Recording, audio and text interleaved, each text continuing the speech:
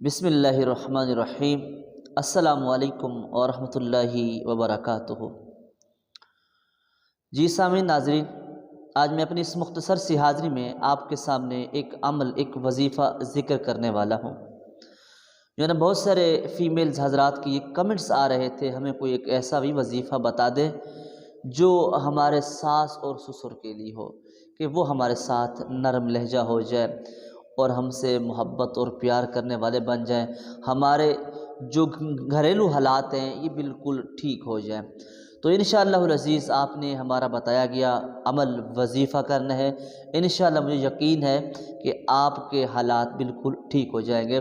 دیکھیں، ایک بات یہ بھی سمجھ لیں کہ نبی مکرم شفیع معظم صلی اللہ علیہ وسلم کا پاک ارشاد ہے کہ ساس اور سسر یہ بھی آپ کے والدین کی طرح ہے۔ جس طرح آپ کے حقیقی والدین ہیں اور یہ آپ کے معنوی والدین ہیں، یہ بھی والدین کی طرح ہے۔ ان کے ساتھ آپ اچھا برتاؤ رکھیں، ان کی خدمت بھی کریں، یہ بھی آپ کا حق بنتا ہے، لیکن جتنی آپ سے ہو سکے۔ اور اگر آپ ان کے ساتھ اچھے رہتے ہیں، نرم لہجے کے ساتھ رہتے ہیں، آپ ان کے کام بھی کرتے ہیں اور ان کا کہنا بھی مانتی ہیں، لیکن اس کے باوجود بھی وہ آپ کے ساتھ اچھے نہیں رہے، آپ کے ساتھ جھگڑا کرتے ہیں، آپ کو تکالیفات پہنچاتے ہیں اور آپ کا گھر وہ بسنے نہیں دیتے، جس کی وجہ سے آپ پریشان ہیں۔ کیونکہ دیکھیں، عورت ذات جو ہوتی ہے وہ بہت پریشان رہ جاتی ہے، کیونکہ وہ اب اپنے میکے میں جائے تو کتنا دیر رہے گی وہاں پر، وہ کتنے عرصے تک وہاں رہے گی۔ تو دیکھیں، تو پھر بھی اس کا اصلی گھر جو ہے نا وہ یہی ہے، جو ہے نا جس کے ساتھ اس کا نکاح ہوا ہے، تو یہیں پر وہ رہے گی۔ لیکن اکثر مجھے اس طرح کے میسج آتے ہیں کہ جو حالات عورتیں سناتی ہیں تو بہت ہی میں حیران ہو جاتا ہوں کہ ان کا جینا حرام جو ہے نا کر دیتے ہیں ساس اور سسر۔ دیکھیں، میری ایک بات سمجھیں، ان کے اوپر کافی ظلم کرتے ہیں۔ اب یہ بیچاری کہاں جائے گی؟ اگر آپ کی بیٹی کے ساتھ بھی اس طرح کے رویات ہوں، اس طرح کے حالات اور معاملات ہوں، تو آپ کے اوپر کتنا دکھ ہو گیا۔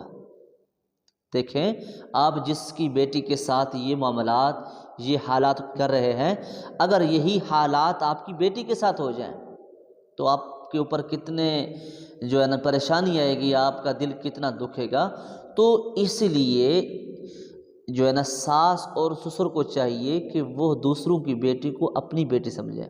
میں نے جس طرح آپ کو پہلے بتایا ہے کہ یہ جو ہے نا ساس اور سسر کی خدمت ایسا کریں کہ جس طرح والدین کی خدمت ہوتی ہے، جو بہو ہوتی ہے، اور جو ساس اور سسر ہیں وہ بھی اس اپنی جو ہے نا نوح کو، یہ بھی اپنی بہو کو، یہ بھی کیا ہے، یہ بھی اپنی بیٹی سمجھیں، یہ بھی اپنی بیٹی سمجھیں، اس کے ساتھ وہی پیار دیں، وہی محبت دیں۔ انشاءاللہ یہ گھر آسان ہو جائے گا، سارے معاملات ٹھیک ہو جائیں گے۔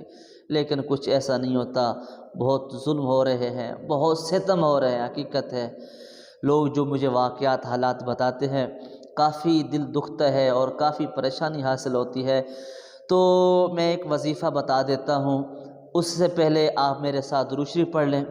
درود شریف پڑھتے ہیں، اس کے بعد وظیفہ بھی بتا دیتا ہوں، آپ بھی پڑھیں درود شریف، میں بھی پڑھتا ہوں، کیونکہ درود شریف پڑھنا نیکی ہے، جو ہے نا پریشانیاں دور ہوتی ہیں، تکالیفات، غم دور ہوتے ہیں، اللہ تعالیٰ کی طرف سے رحمتیں برستی ہیں، گناہ معاف ہوتے ہیں، درجات بلند ہوتے ہیں۔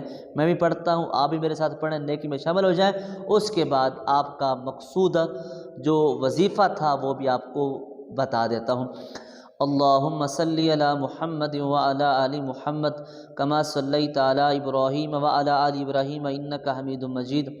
اللہم بارک علی محمد وعلی آل محمد کما بارکت علی ابراہیم وعلی آل ابراہیم انک حمید مجید۔ تو وہ وظیفہ یہ ہے، آپ نے سورہ رحمان کی یہ آیات پڑھنی ہیں: وَالْحَبُّ ذُو الْعَصْفِ وَالرَّيْحَانُ فَبِأَيِّ آلَاءِ رَبِّكُمَا تُكَذِّبَانِ خَلَقَ الْإِنسَانَ مِنْ صَلْصَالٍ كَالْفَخَّارِ وَخَلَقَ الْجَانَّ مِنْ مَارِجٍ مِّن نَّارٍ فَبِأَيِّ آلَاءِ رَبِّكُمَا تُكَذِّبَانِ۔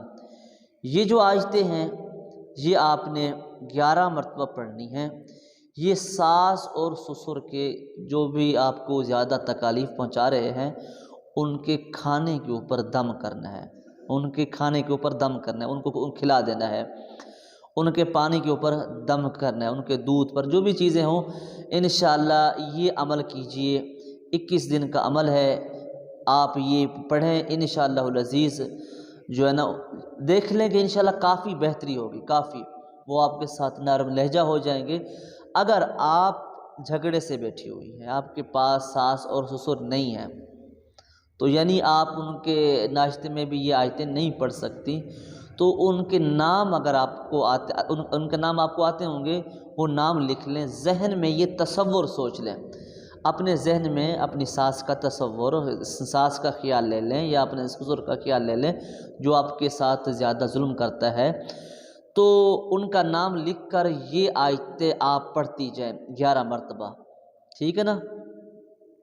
وہ آیتیں یہ ہیں، والحب ذو العصف والریحان فبأي آلاء ربكما تكذبان خلق الانسان من صلصال كالفخار وخلق الجان من مارج من نار فبأي آلاء ربكما تكذبان۔ یہ آپ پڑھتی جائیں اور اس کے اوپر پھونکے مارتی جائیں، پڑھتی جائیں، پھونکے مارتی جائیں، انشاءاللہ العزیز بہت ہی جلد آپ کے حالات بہتر ہوں گے انشاءاللہ العزیز۔ میری دعا ہے، اور جو ہے نا میری اس وظیفے کی اجازت بھی ہے، اور آپ یہ وظیفہ خود بھی کریں۔ جو آپ کے کچھ ایسے جو ہے نا فرینڈز ہیں، دوست ہیں، اگر ان کے بھی اس طرح کے حالات ہیں تو ان کو بھی یہ وظیفہ آپ بتا سکتی ہیں۔ جزاک اللہ خیراً کثیر۔